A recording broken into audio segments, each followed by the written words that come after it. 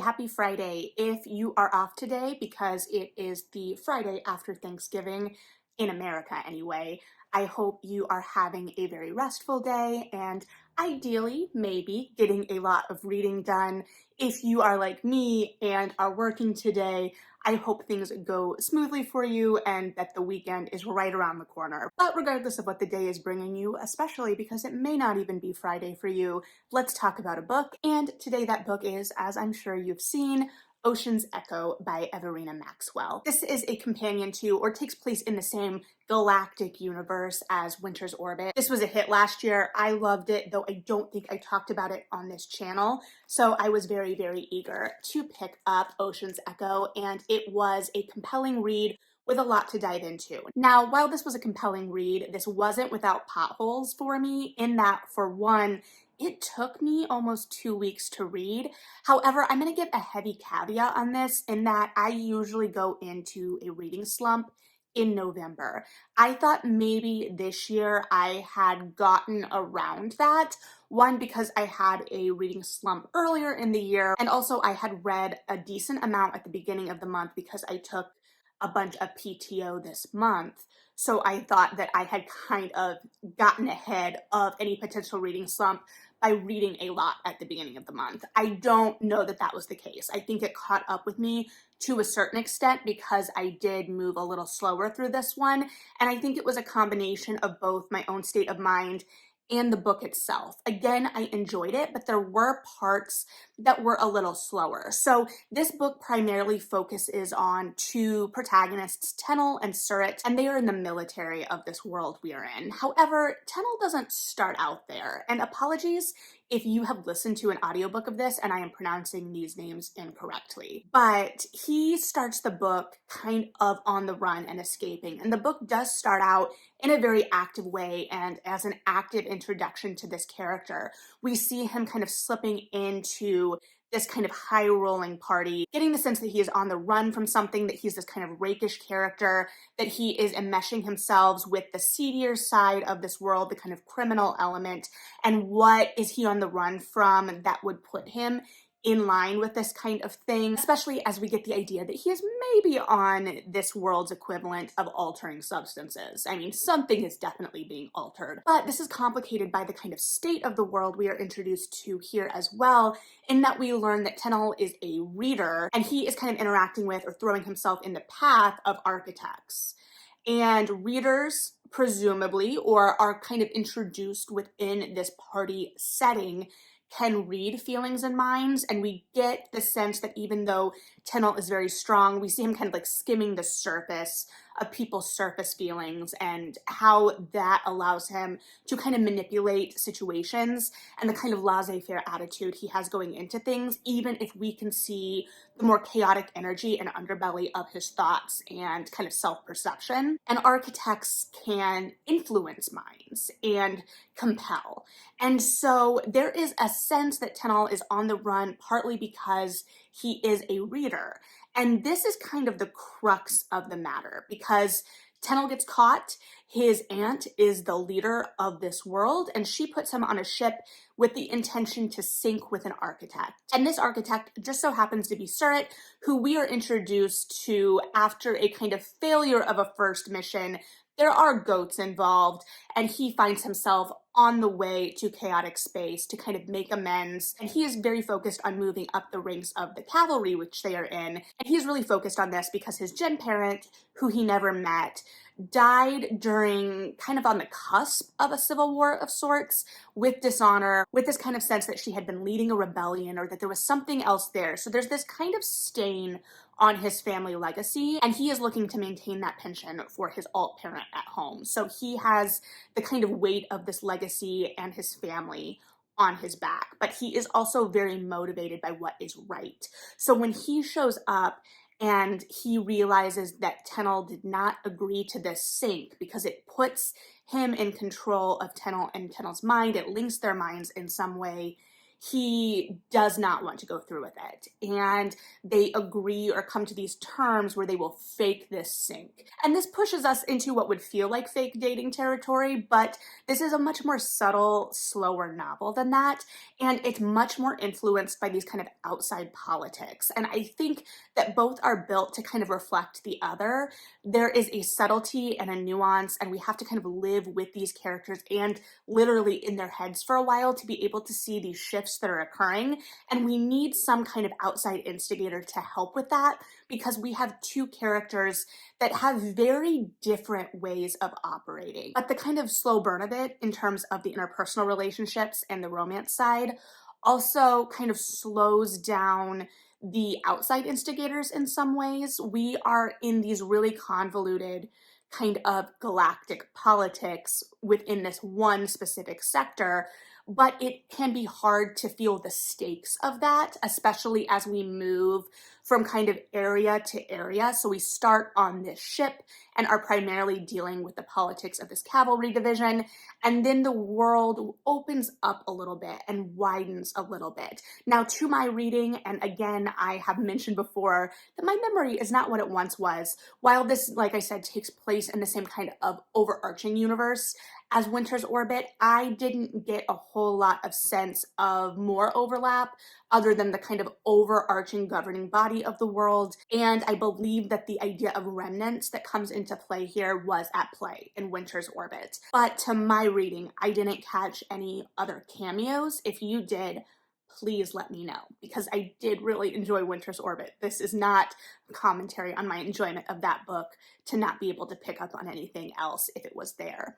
So going back to this idea of readers and architects, because I think that this makes up a large crux of the thing, and I think it is what was also one of the stumbling blocks for me. And I think some of that too is my own perception and bias that I may be bringing to the table, because this world sets out pretty explicitly that readers are considered more dangerous and volatile than architects.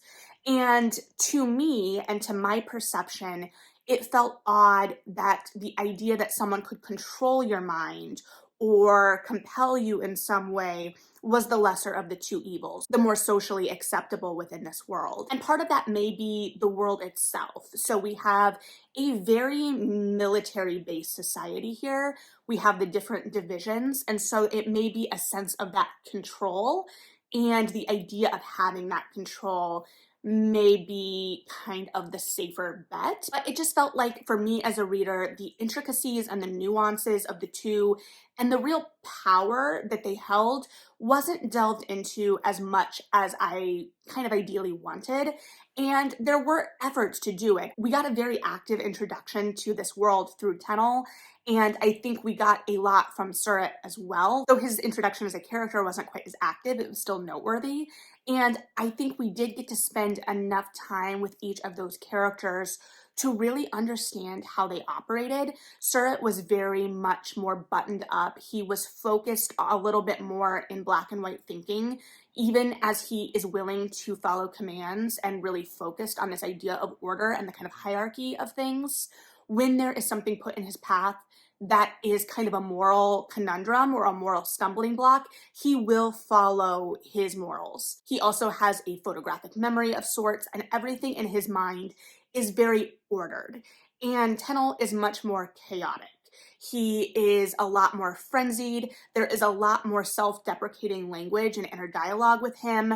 There is this sense that he's kind of holding on by a thread in a lot of ways. And it was interesting to look at these two because they were very fully developed individuals and characters, no doubt. But there seems to be, or at least there was for me, some clear coding in terms of maybe not being neurotypical in how their brains function. And then it became a matter of wondering if this kind of coding was very individual to these characters, or if it was supposed to read broader against the kind of architect and reader type And I don't think it was the second, because we do start to meet other readers and architects later, even if we don't get to know them as in depth, just because we are not from their point of view.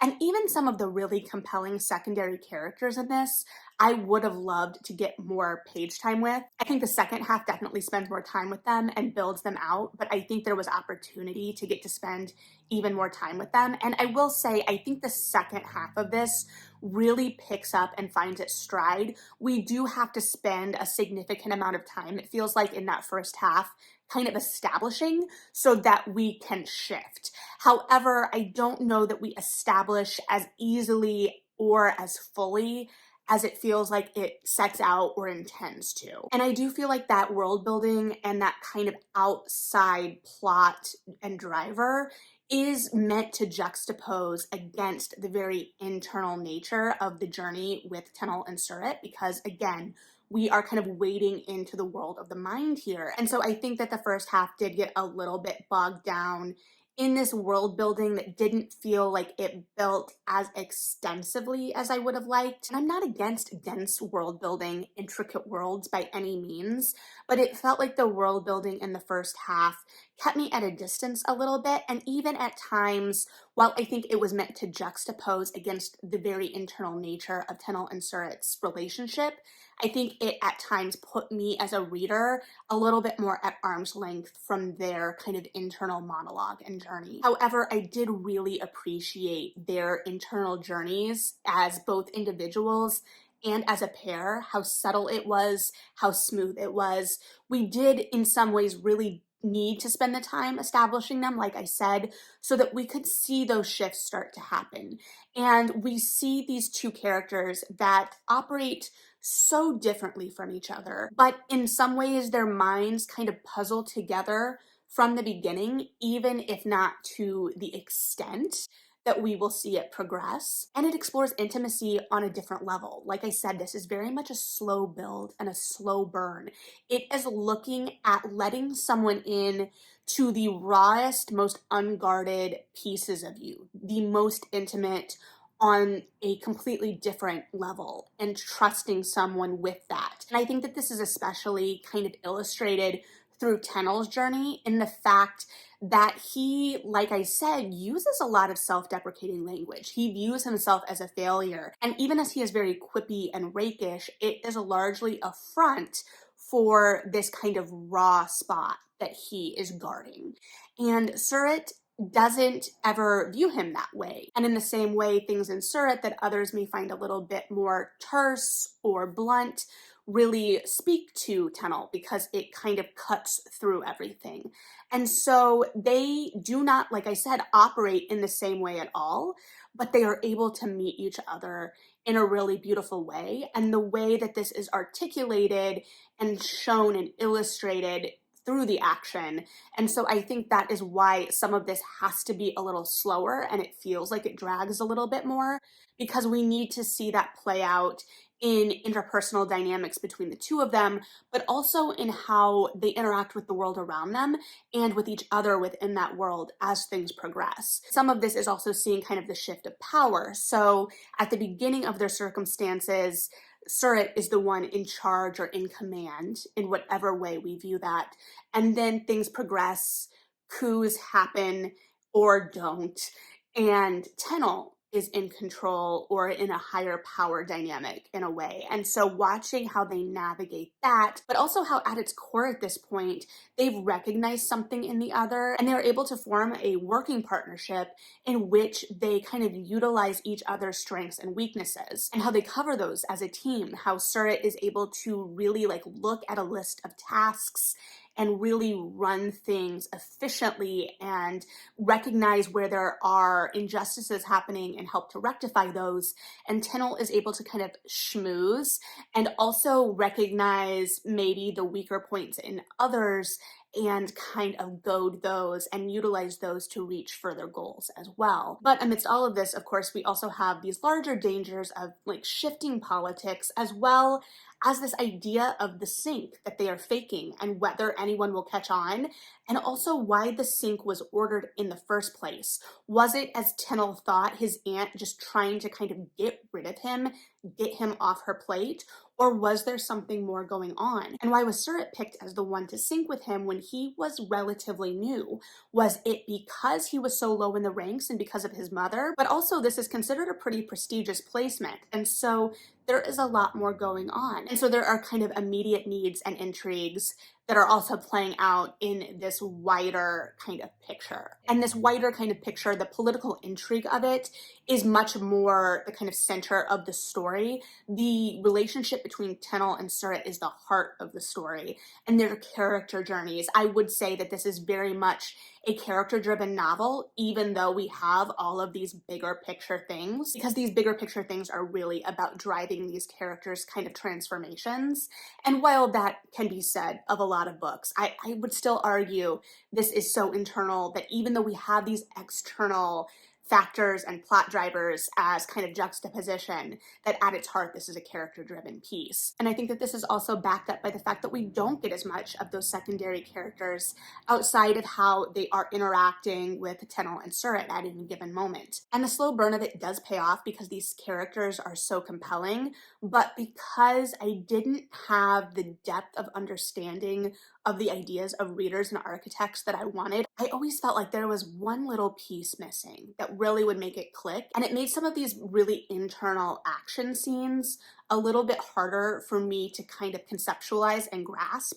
It can already be hard for me sometimes when we have action heavy sequences where it's like a fight scene or something of that nature. So taking something like that and then placing it in an even more conceptual realm, there were times I was kind of having to really make sure I was grounded in what was going on. And I think if I'd had just a little bit firmer grasp of the readers versus the architects, it would have made a little bit more sense to me. But again, that could have been purely a personal problem because I do think that all of the world building was set up and it was attempted to show through action and this kind of slower build to the crescendo, which I do think paid off. And especially within the last 150-ish pages, there was a great push of forward momentum really getting us to the end here. At that point, we had all of the pieces in place and we were just watching the dominoes fall. But at its heart, like I've said a couple of times here, I think the most compelling bit of this was the depth of intimacy it was exploring and the kind of way you can meet someone and the way